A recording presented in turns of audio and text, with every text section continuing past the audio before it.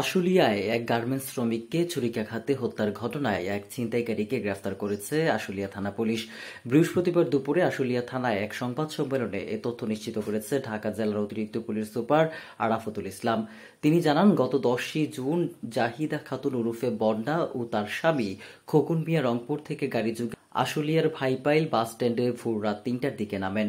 এ সময় পেশাদার ছিনতাইকারী মাসুদ ওরফে জামাই মাসুদ ওরফে রানা তাদেরকে ধরে নগদ টাকা পয়সা, মোবাইল ফোন ছিনিয়ে নেয়ার চেষ্টা করে। এ সময় ওই নারীর স্বামী খোকন মিয়া ছিনতাইয়ে বাধা দিলে ওই ছিনতাইকারী তাকে এলোপাতাড়ি ছুরিকাঘাত করে মোবাইল ছিনিয়ে নিয়ে যায়। পরে তাকে উদ্ধার করে স্থানীয় একটি হাসপাতালে নিলে কর্তব্যরত চিকিৎসক তাকে মৃত ঘোষণা করে। পরে খবর পেয়ে পুলিশ সেই দিনই তার লাশ উদ্ধার করে মর্গে প্রেরণ করে।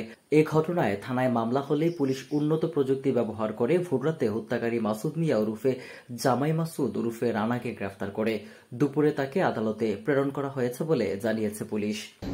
আপনারা জানেন যে গত 10 তারিখ দিবাগত রাত আমাদের দুজন গার্মেন্টস কর্মী যাদের বাড়ি রংপুর জেলার মিঠাপুকুর থানায়, তারা রাত্রিবেলা ওই রংপুর থেকে রওনা দিয়ে তাদের কর্মস্থল আশুলিয়ার উদ্দেশ্যে আসে এবং রাত প্রায় 3:15 তারা আমাদের পাইপাল এলাকায় নেমে তারা তাদের যে বাড়ি যেখানে তারা থাকে এখানে আশুলিয়া ওইখানের উদ্দেশ্যে রওনা দেয়।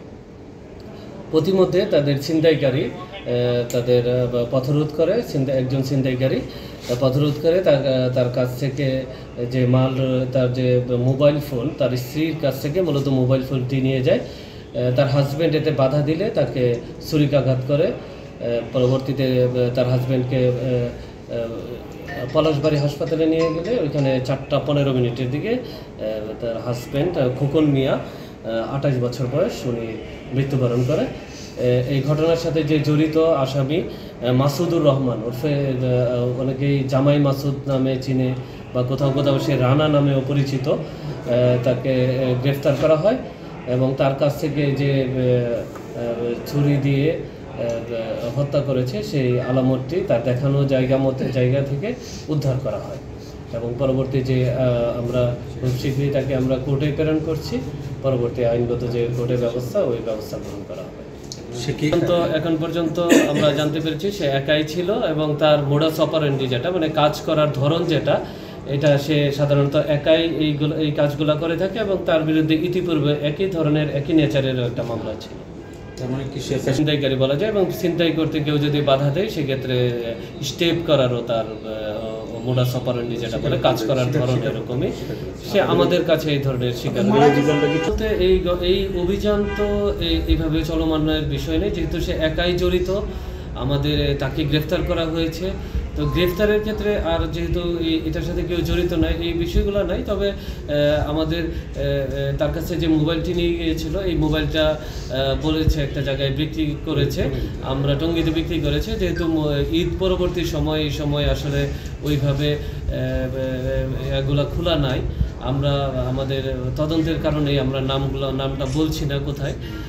আমরা আশা করছি যে আলামতটা যে মোবাইল নিয়ে গিয়েছিল আমরা খুব শীঘ্রই এই মোবাইলটা উদ্ধার করতে পারবো। ইতিমধ্যে আমাদের যে চাকু দিয়েছে স্টেপ করেছিল চাকুটি উদ্ধার করা হয়েছে।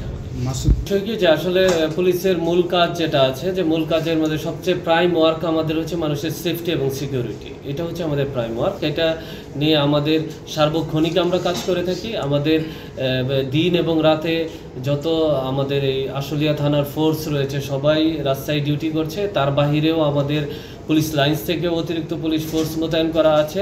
আপনারা জানেন যে লক্ষ লক্ষ মানুষ আমাদের উত্তরবঙ্গ এবং দক্ষিণবঙ্গগামী মানুষ এই রাস্তা, দক্ষিণবঙ্গগামী মানুষ আমাদের নবীনগর ইউজ করে, আবার উত্তরবঙ্গগামী মানুষ অধিকাংশ মানুষ এই রাস্তা ব্যবহার করে থাকে। আমাদের এই রাস্তা নিরাপদ রাখার জন্য আমাদের সব ধরনের ব্যবস্থা গ্রহণ করা হয়েছে। আমাদের থানা পুলিশের পাশাপাশি আমাদের ডিবির সদস্যরাও টহল দিচ্ছে, আমাদের সাদা পোশাকে পুলিশ মোতায়েন করা আছে। সুতরাং এই রাস্তাঘাটে নিরাপত্তার নিয়ে শঙ্কিত হওয়ার কোনো কারণ নেই, আমরা সবসময় আছি এবং আপনাদের মাধ্যমেও যারা আছে সাভার এবং আশুলিয়ায় যারা ফিরে তো আসছেন এবং বসবাসকারী জনগণ, তাদের আমরা বলবো যে যদি কোনো সময় দেখে যে কোনো ক্রাইম হতে যাচ্ছে বা হওয়ার সম্ভাবনা আছে, কারো দৃষ্টিগোচর এরকম হয়, আমাদের তাৎক্ষণিকভাবে তথ্য দেওয়ার অনুরোধ করব জনসাধারণকে, এবং আপনাদের অনুরোধ করব যদি আপনারা এমন কিছু দেখেন আমাদের তথ্য দিন। আপনারা যত বেশি তথ্য দিবেন নাগরিকরা তত বেশি নাগরিক সুবিধা পাবে। KTV বাংলা, বিশ্বের চোখে বাংলাদেশ।